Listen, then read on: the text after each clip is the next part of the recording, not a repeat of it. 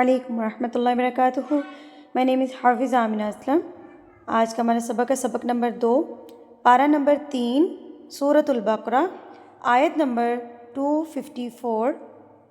تو چلیے ہم اپنے سبق کا آغاز کرتے ہیں. آج کے سبق میں ہم اخفا کو پڑھیں گے، قلقلہ کو پڑھیں گے اور غنہ کو پڑھیں گے انشاءاللہ. تو ویڈیو کو پورا دیکھیے گا تاکہ آپ کا کوئی بھی جو پوائنٹ ہے وہ مس نہ ہو. اور اگر آپ میرے چینل پر نئے ہیں تو میرے چینل کو سبسکرائب کر لیجئے اور بیل آئیکن کو دبا دیجئے تاکہ آپ کو میرا آنے والا سبق جو ہے وہ مل سکے. اور ویڈیو کو لائک کرنا مت بھولا کریں. تو چلیے جب ہم اپنے سبق کا آغاز کرتے ہیں. اعوذ باللہ من الشیطان الرجیم، بسم اللہ الرحمن الرحیم. یا ایہا الذین، پچھلی ویڈیو میں میں نے چھوٹی مد اور بڑی مد یعنی کہ مد منفصل اور مد متصل پڑھائی تھی. تو یہاں پر ہمارے پاس جو مثال ہے وہ مد منفصل کی ہے، چھوٹی مد ہے. اور چھوٹی مد کی پہچان ہوتی ہے ہمیں اس حمزہ سے، یعنی کہ جس الف کے اوپر زبر زیر پیش ہو یعنی کہ کوئی حرکت ہو تو الف نہیں رہتا، وہ حمزہ بن جاتا ہے. اگر آپ کے پاس یہ والی مد کے بعد، یہ تو کھڑی زبر ہے، یہ والی مد کے بعد آپ کے پاس یہ والا حمزہ آ جائے تو اس کا مطلب ہے یہ چھوٹی مد ہے. اور اس کو آپ نے کتنا لمبا کرنا ہے؟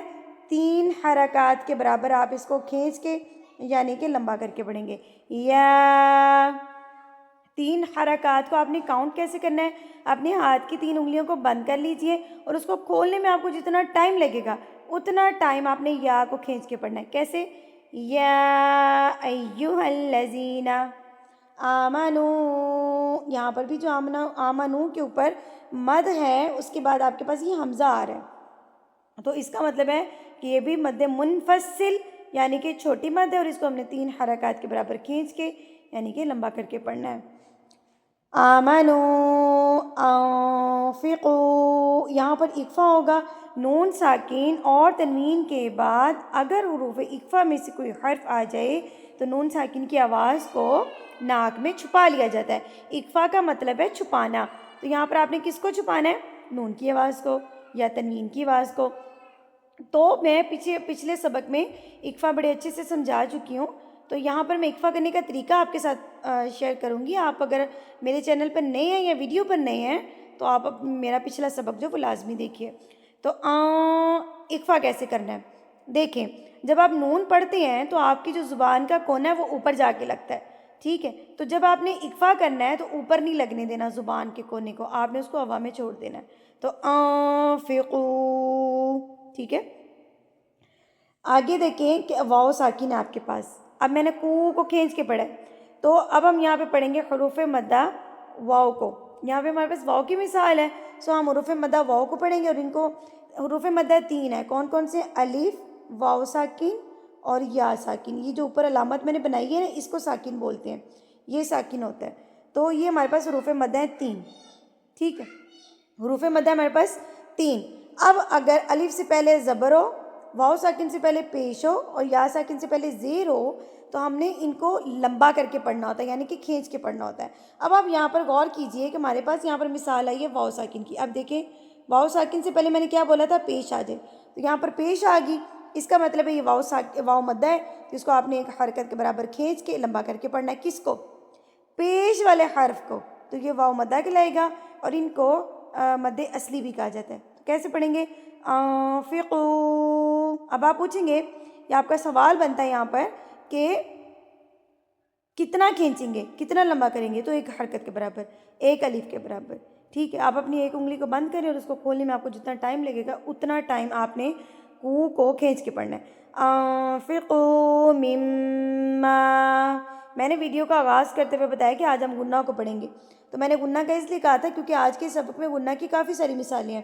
ادغام مع الغنہ بھی ہے اور ویسے بھی غنہ ہے. اب یہاں پر دیکھیں کہ میم کے اوپر جب یہ تشدید آ جائے، اس ڈبلیو شیپ کی علامت کو کہتے ہیں تشدید. تو اگر یہ میم کے اوپر آ جائے یا یہ نون کے اوپر آ جائے تو یہ ان پر ہم نے غنہ کر کے پڑھنا ہے یعنی کہ ناک میں آواز کو لے کر جانا ہے. کیسے؟ میم، یہ گئی، اس ساؤنڈ کو کہتے ہیں غنہ. تو مما، اب میں نے ماں کو بھی کھینچا ہے، ماں کو بھی لمبا کیا ہے. کیوں کیا ہے؟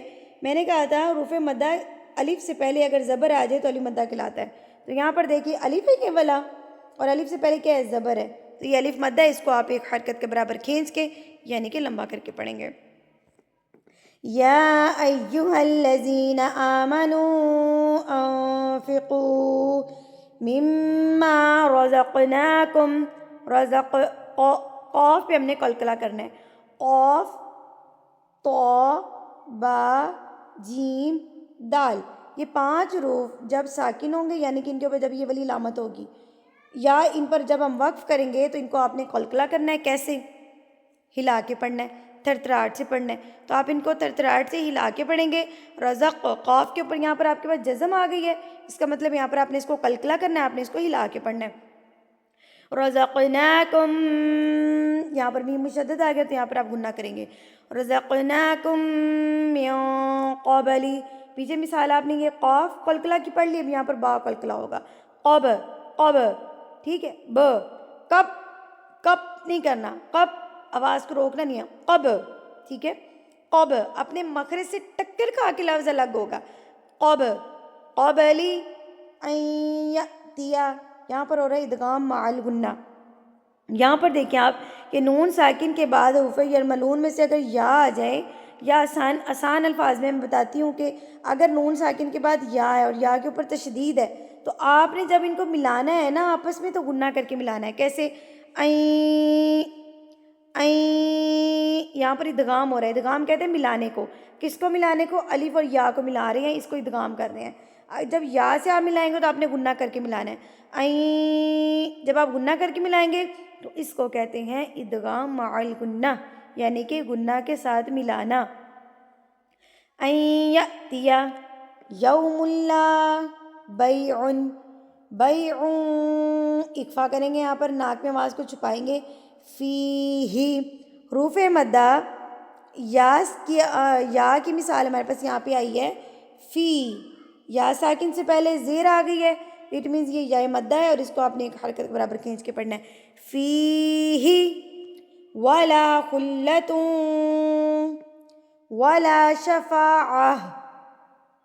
یہ طاء کا جو سائن ہے اس کو کہتے ہیں، یہاں پر یہ سٹاپنگ سائن ہے، یہاں پر آپ نے سٹاپ کرنا ہے، یہاں پہ آپ رکنا ہے۔ لیکن جب آپ نے گول تا پہ یہ والی، یہ جو ہے نا یہ گول تا ہے، جب آپ نے گول تا پہ وقف کرنا ہے یعنی کہ جب آپ نے رکنا ہے تو آپ نے کیا کرنا ہے، اس گول تا کو گول ہا بنا دینا ہے، یہ گول ہا بن جائے گی، ٹھیک ہے، یہ کیا بن جائے گی؟ گول ہا بن جائے گی، تو آپ اس کو پڑھیں گے شفاعہ۔ والکافرون هم الظالمون۔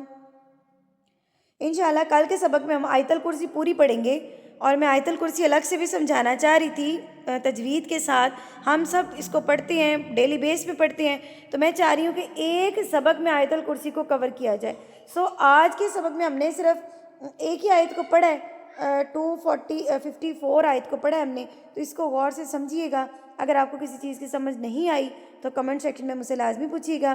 اگلے سبق تک کے لیے مجھے اجازت دیجیے۔ وآخر دعوانا ان الحمد للہ رب العالمین۔ السلام علیکم ورحمۃ اللہ وبرکاتہ۔